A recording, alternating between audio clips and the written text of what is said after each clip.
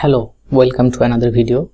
In this video, we are talking about object-oriented programming concept in X++ programming language, that is actually in Dynamics 365 Financial and Operation. In this particular video, we'll discuss about inheritance and how we can use the constructor in inheritance. Okay, in the previous video, we have just talked about the theoretical part and also discuss the singly or single. Okay, in this video we will merge the constructor and both the single inheritance. So without wasting time, let's start. In the previous video you have know that we have a vehicle class, and in the vehicle class we have a info method, also we have a run method, and we have a child class which is car class, which is actually extending the vehicle class, and we are adding more functionality, that is number of passenger, and we have a method info and run, and we are calling our parent class run method inside our child method. Also I have shown that you can run the code if you will add the main method or main function inside your child class. But at this point of time I'll just cut the code and I'll put it in the text class. So, and I'll make it as a startup object. So it will be easier for me to explain the code. So from this section you can also run the code. But at this point of time we'll convert this program and which will contain the constructor. So you notice that there is one thing, we are passing the parameters through the info method, but we are not passing the parameter at the time of initialization. So we can also pass the parameters at the time of object creation. So how we can do that? We can do that using the constructor. So I'll show you that. So if you don't know what is constructor, I already created one particular video for constructor. If you'll see that video, this video will be a little bit easier for you. So now at this point of time we'll go to the vehicle class and we'll add constructor, and in this constructor what we will do, we will write the code for the constructor and we'll just copy whole code over here. And you know that the constructor is actually kind of method, but the name of the constructor is new. So name of the constructor is new, and at this point of time we will not pass any parameter in info method. Okay, we will not pass any info method, we'll just print one message inside our info method. Here we will print only height and width. So I will write strfmt or string formatting, and here I will say percentile 1 and percentile 2, first one for height and the second one for width. You can see that we need one extra bracket here, not extra, this is the bracket for the strfmt. Okay, but we are not initializing using the method. At this point of time we will initialize the height and width, that is instance variable or the properties or the class variable, through the new method or the constructor. So we can do the same thing in the child class also. So in the child class you can see that on the previous video we have just instantiating the height, width and number of passenger via the info method, but at this point of time we will do this using the constructor. So we will modify this with the constructor. So you can see that we are using the constructor, so we have to change it to constructor.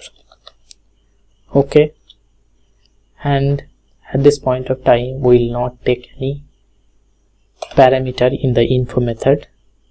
Okay, so I'll erase all these things over here and I'll change the name to new. So this new method is our constructor. Okay, and we'll just remove all the thing over here. So you can see that this code is actually working fine, because from the child the height and width can be accessible. Okay, and you can see that we are overwriting, or we are adding the properties number of passenger in new method also. So this is kind of method overriding, or method constructor is overriding to initialize cell. So we have actually three member variable, height, width and number of passenger. The first one and the second one is present in the parent class, and the third one is present in our child class, and we are overriding our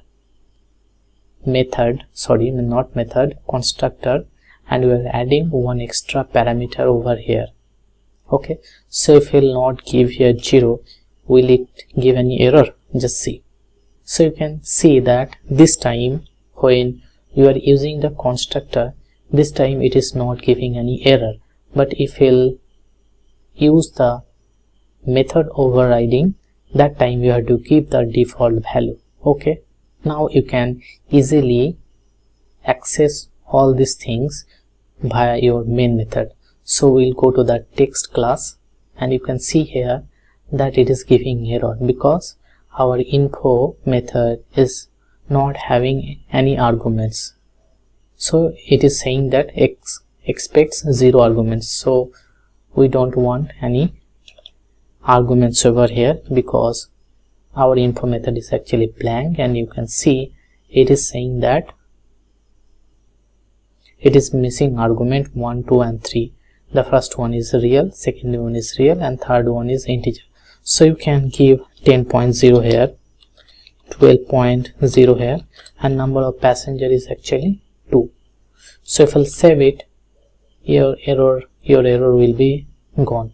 So this way you can initialize the value through the object, and it will take the help of the constructor.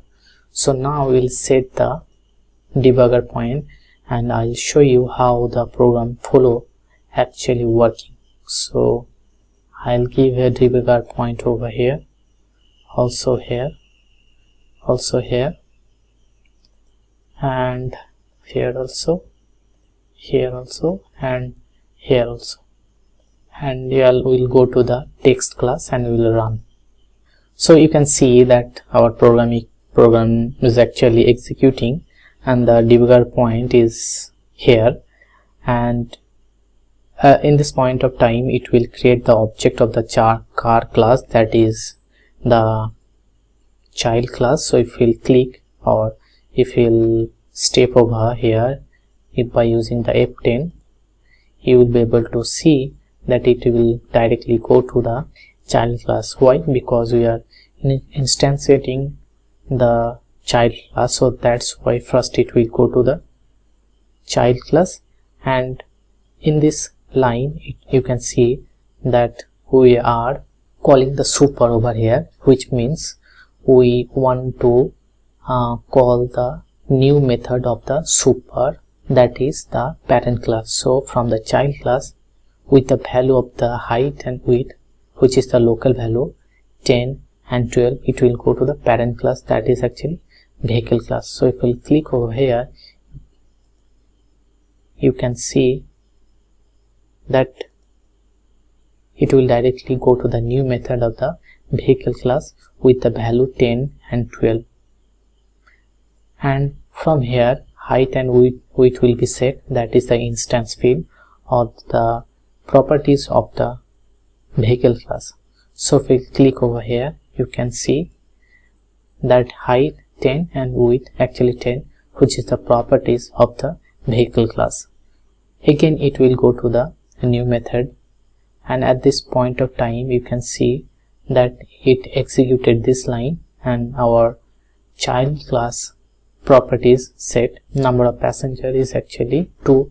How it will do that you can see. So first we will clear the value, then we will be able to see the result of the info log.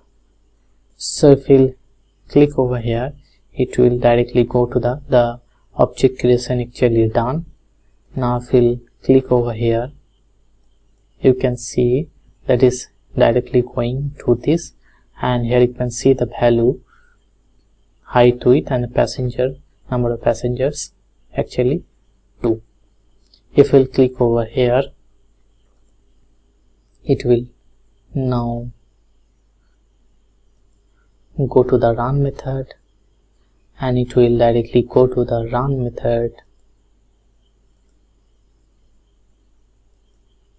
and it will print the vehicle is running because of the super, and it will print the car is running, and the flow of the execution will be done. So I hope this is clear for you.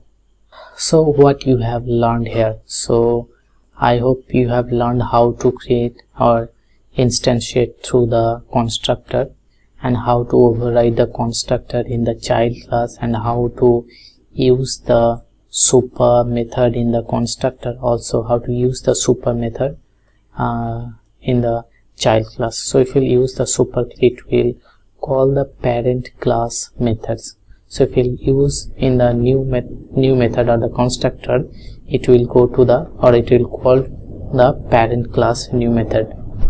So remember that when we are writing the code new in the child class, which is also present in the parent class, then this time we are overriding the constructor in the child class. Also when we are writing code over here in the child class, that means we are overriding the parent class. Okay, we are adding the functionality also, and with the super we can call the parent class run method. So I hope this is clear for you. If you have any question, you can write it in the comment section. I'll try to give the answer as soon as possible. So thanks for watching this video. Take care, bye bye, see you in the next one.